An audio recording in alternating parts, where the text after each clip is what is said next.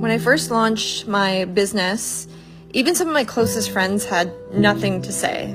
They didn't necessarily support me, meaning like or share my content or even ask me how it was going with the brand. They just kind of, stayed silent.